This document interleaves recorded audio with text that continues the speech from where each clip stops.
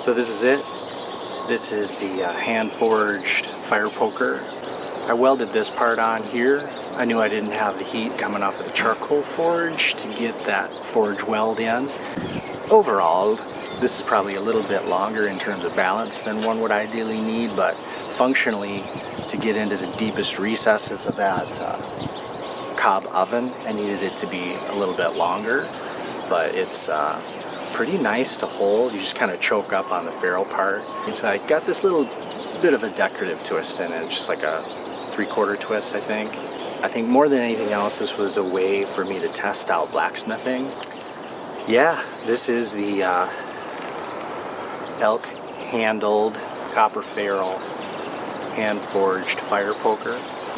Over there is the fire brick cob charcoal forge.